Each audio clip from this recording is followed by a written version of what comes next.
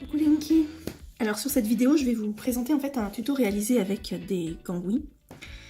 Alors je vais pas vous raconter des histoires, les gangouis ça fait longtemps que je les utilisais plus. J'ai commencé avec ça pendant plusieurs mois et depuis j'ai reçu des polychromos et des prismacolor et je vous avouerai que les reprendre ça a été un petit peu frustrant.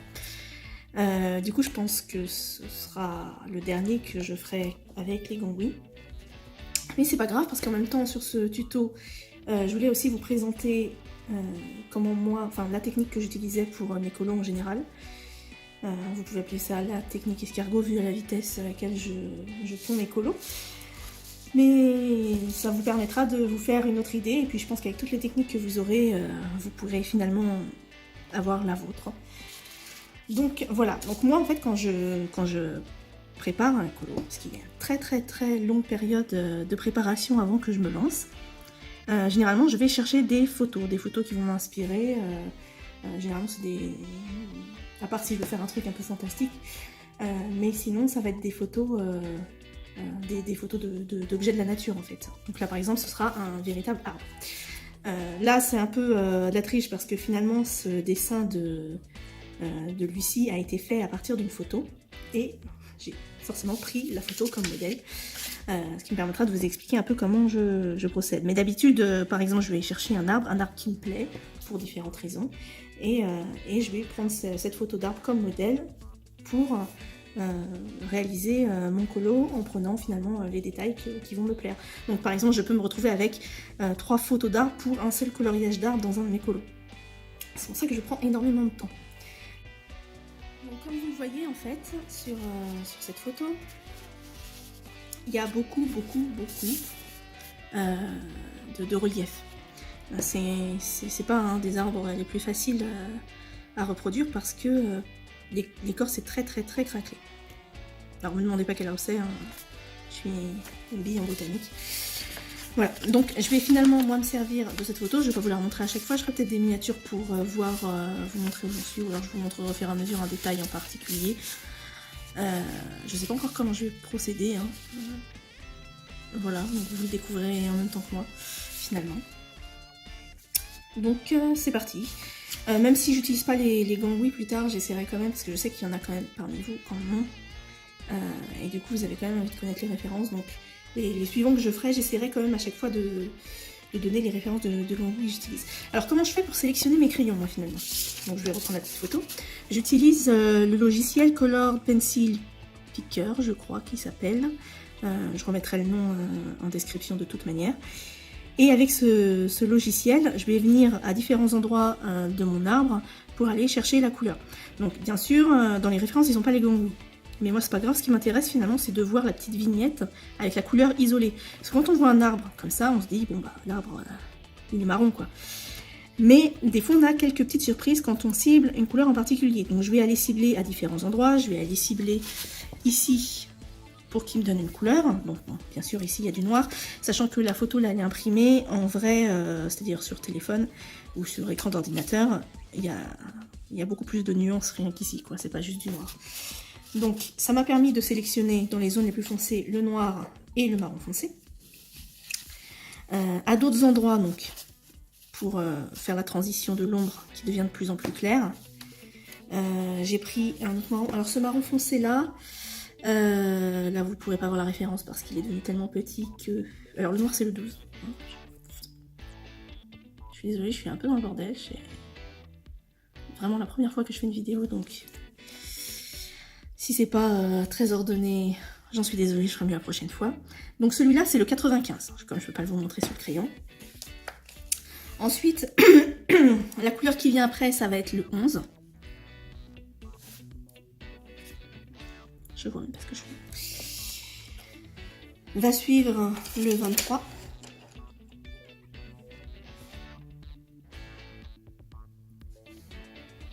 Le 150, alors lui le 150, je commençais à les prendre déjà dans des zones bien plus claires, donc notamment ici, sur le petit nœud, je sais pas si vous voyez. Là on voit qu'il y a des zones qui commencent à être un peu claires.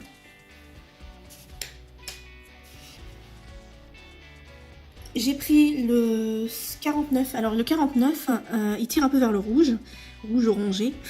Et je l'ai pris finalement pour représenter toutes les petites taches que vous voyez sur l'arbre, un peu pour donner finalement un peu de dimension à cet arbre. Ensuite j'ai pris le 52, parce que même si ça ne se voit pas, notamment vraiment le côté illuminé du nœud ici, et même ici dans la lumière, il y a pas mal de zones qui sont vraiment éclairées par le soleil, qui ont cette teinte, quand tu les sélectionnes sur Color Picker, qui ont cette teinte un peu orangée. Et enfin pour les zones vraiment les plus claires, ce qui peut paraître étonnant, parce que c'est finalement un crayon qu'on utilise souvent pour la couleur peau, c'est le 146. Donc ça va vous paraître bizarre comme ça, mais vous verrez une fois que l'arbre est fini, on a l'impression qu'il est marron. Et enfin, j'utilise le blanc pour la fin, pour éclaircir quelques endroits, pour lui donner un côté un peu plus lumineux. Et je le fais même pas à chaque fois. Voilà, donc c'est parti. Donc je vais commencer par appliquer mon crayon le plus foncé, donc c'est-à-dire le 95, sachant que je compte pas le noir, parce que le noir je le mets vraiment à la fin pour accentuer les détails. Et finalement là je vais finir par venir placer mes zones d'ombre aux différents endroits, sur les différentes branches.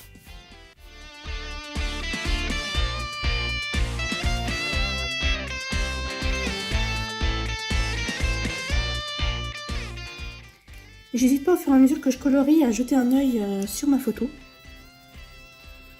pour être sûr de louper aucune ombre, parce que finalement c'est le placement des ombres qui va donner le côté réaliste à l'arbre et permettre de révéler tous les volumes, notamment au niveau des nœuds.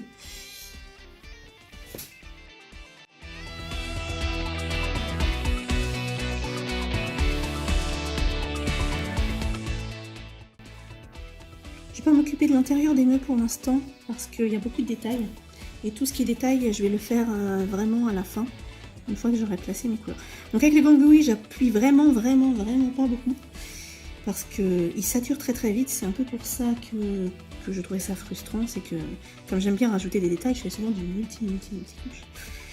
Et quand le crayon ne prend plus, le pigment n'apparaît plus sur le coloriage, ça a tendance un petit peu à m'agacer. Voilà.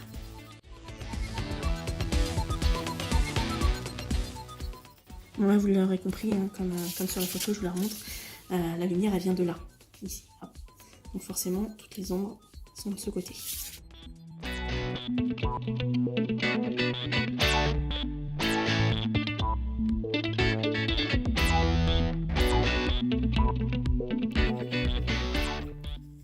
Alors là, ces ombres-là représentent surtout les ombres du feuillage de l'arbre. Donc là, évidemment, il n'y a pas, on voit pas les feuilles de dessiner. Mais de toute façon, c'est pas grave, parce que sur la plupart de vos dessins, il faudra bien représenter les ombres du feuillage. Donc, ça permet aussi un peu de montrer comment il peut être disposé. Par exemple, là, sur la photo, on a une ombre et une toute petite zone de lumière. Donc, sûrement un écartement entre les feuilles qui fait que, hop, il y a une zone de lumière ici. Et puis finalement, ces ombres-là, alternées, ombre-lumière, au niveau du feuillage, ça donne aussi, ce qui participe aussi à donner ce petit côté réaliste. Alors quand je dis réaliste, je fais pas de la reproduction de photos, hein, j'ai pas du tout le niveau. En fait, ce que je fais, moi, c'est que je vais piocher différents détails sur une photo qui vont viser à donner un rappel du côté réaliste, on va dire.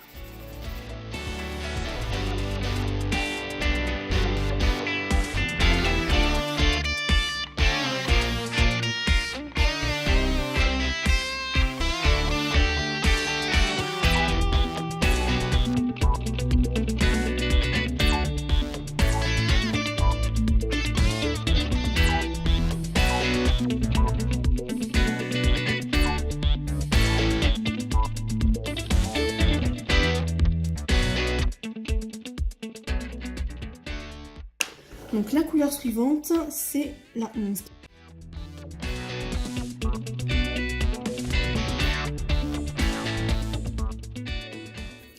Donc je viens repasser délicatement sur la couleur précédente. Je dis délicatement parce que j'ai toujours ce même problème de saturation du papier avec les gangouis. Sinon je pourrais pas venir marquer mes détails après. Des fissures et tout ça. Donc je fais vraiment très attention à pas appuyer.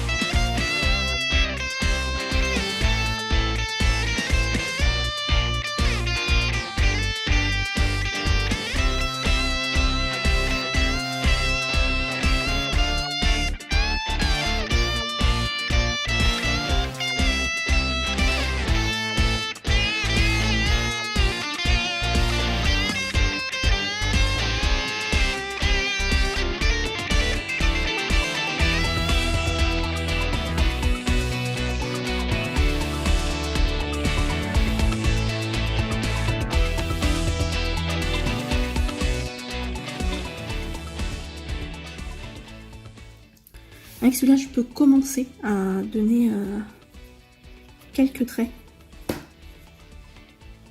qui vont donner cette impression d'écorce. Bon, déjà sur les traits existants, bien sûr. Les traits existants sont souvent là pour représenter les endroits où l'écorce elle est vraiment plus marquée, plus profonde. Vous voyez, il y a des endroits où les traits sont vraiment très marqués.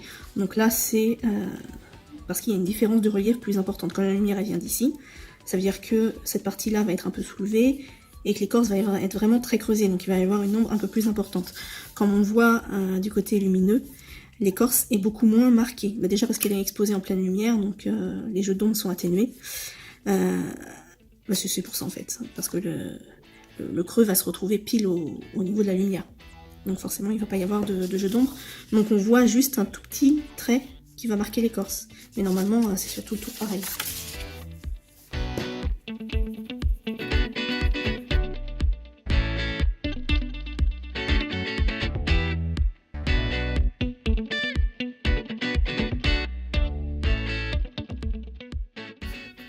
Je marque un peu plus quand je fais quand je mets la couleur au niveau des fissures justement. Donc j'appuie un peu plus.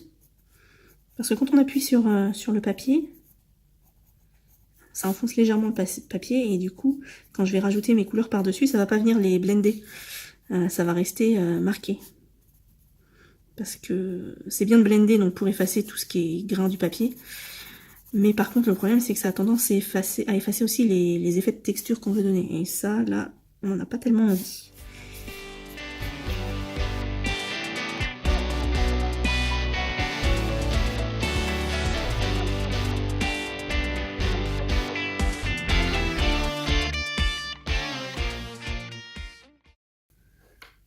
Donc je vais venir prendre le 23. Et pareil, je progresse un petit peu plus vers la lumière.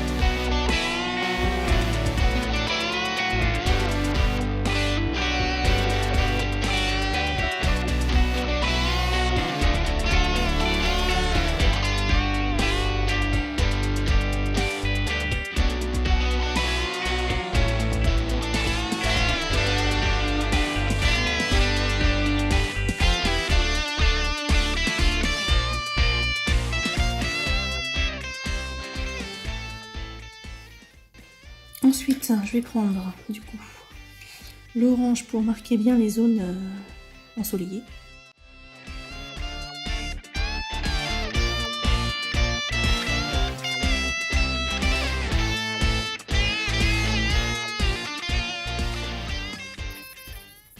Je fais exprès de laisser quelques trous hein, parce que c'est vraiment pas quand on regarde l'arbre, les couleurs sont vraiment pas par grands aplats uniformes.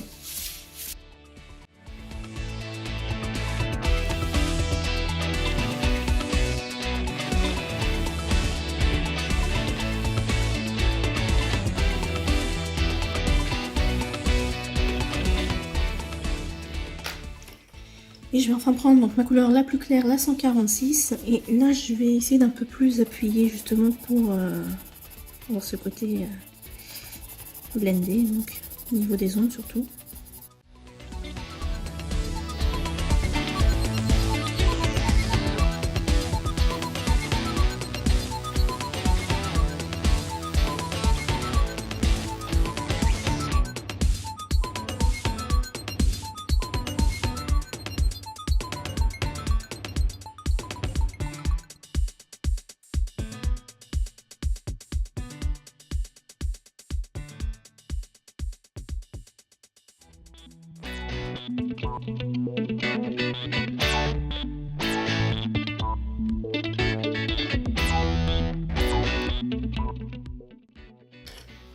Et maintenant, je vais venir placer mes petites touches donc de marron qui tire vers le rouge, là, comme je disais tout à l'heure, pour faire les petites traces que vous voyez là sur le tronc.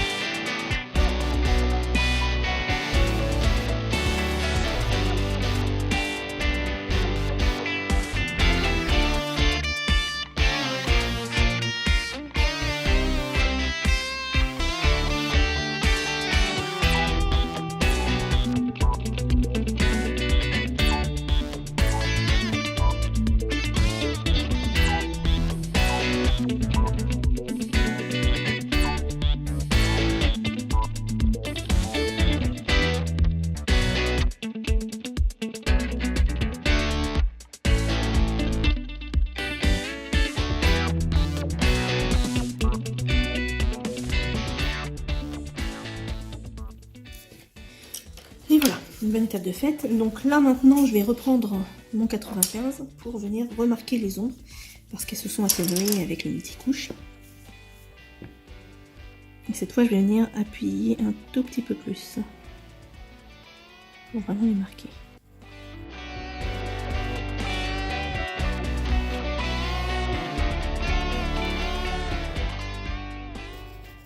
Donc j'appuie plus au niveau de l'extrémité, donc là dans la zone qui est vraiment dans l'ombre, et plus je progresse vers l'intérieur de l'arbre, et moi je vais appuyer sur mon crayon.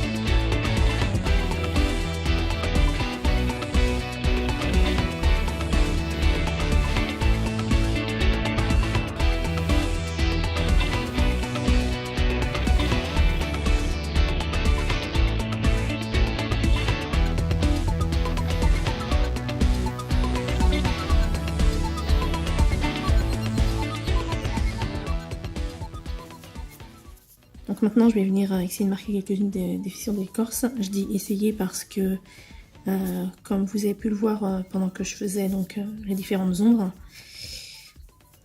ça marque plus des masses par dessus. Hein. Je passe le crayon mais il n'y a plus rien qui se passe. Donc sur les zones les plus claires normalement ça devrait aller. Donc pour cela je vais quand même retailler légèrement mon crayon.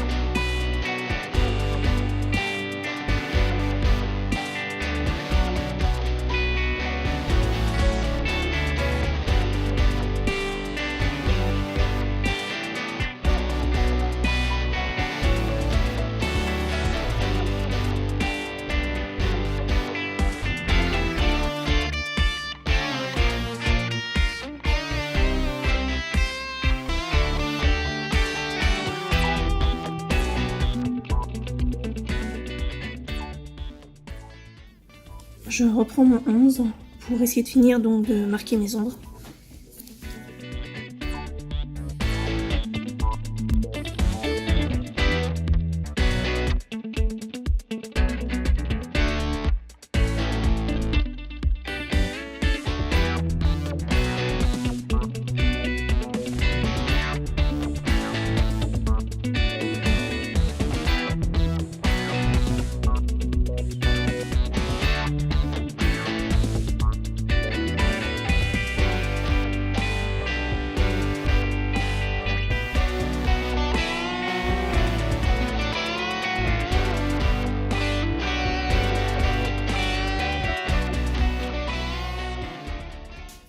Le 23.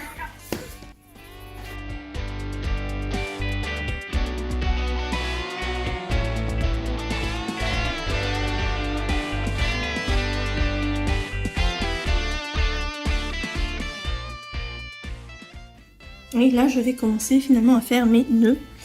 Je pense que c'est à peu près le moment. Donc, je reprends ma couleur la plus foncée. Voilà.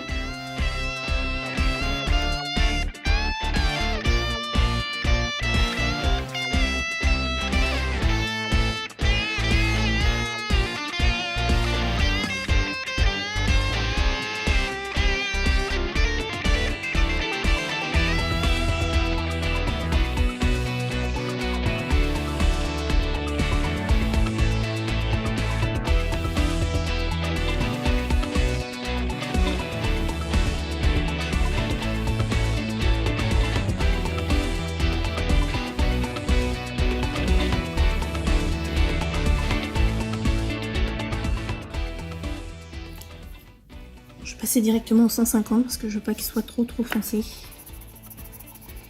Cet endroit il est exposé un peu à la lumière, enfin quand je vois la photo, il y a une zone très foncée ici. Là, et là c'est beaucoup plus clair.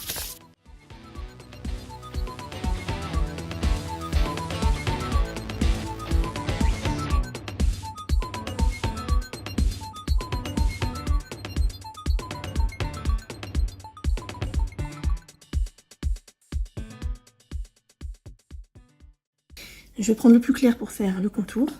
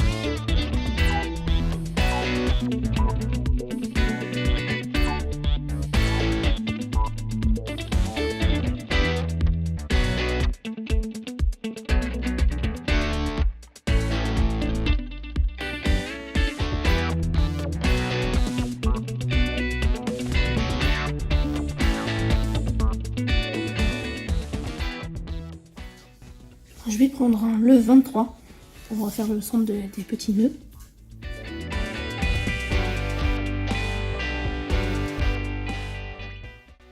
Et le 150 qui est plus clair.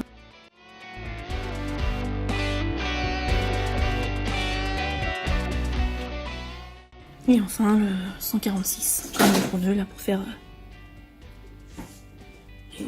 le tout.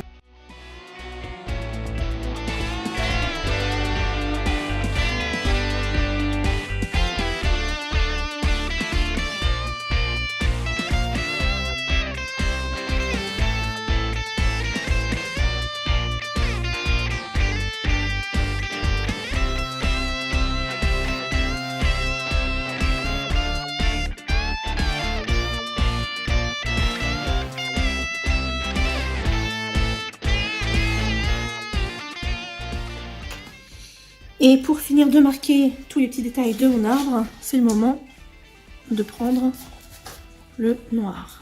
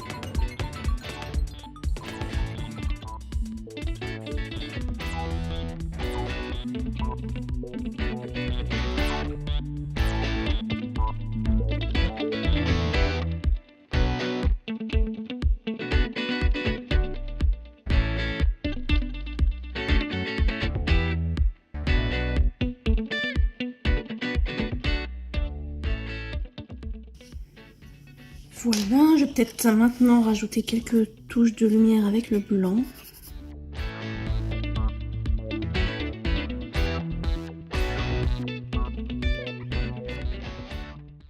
Et pour finir, je vais passer mon blender à certains endroits là où je trouve que le grain on voit un peu trop, histoire de l'estomper un tout petit peu.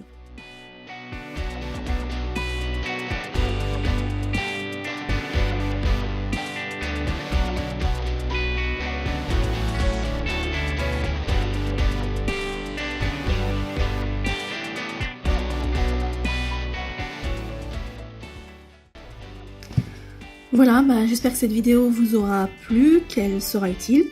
N'hésitez pas à me dire en commentaire ce que je pourrais changer pour les prochaines fois. Je sais que des fois j'étais un petit peu hors cadre tout ça, donc j'ai essayé tant bien que mal de vérifier régulièrement. Voilà, à la prochaine.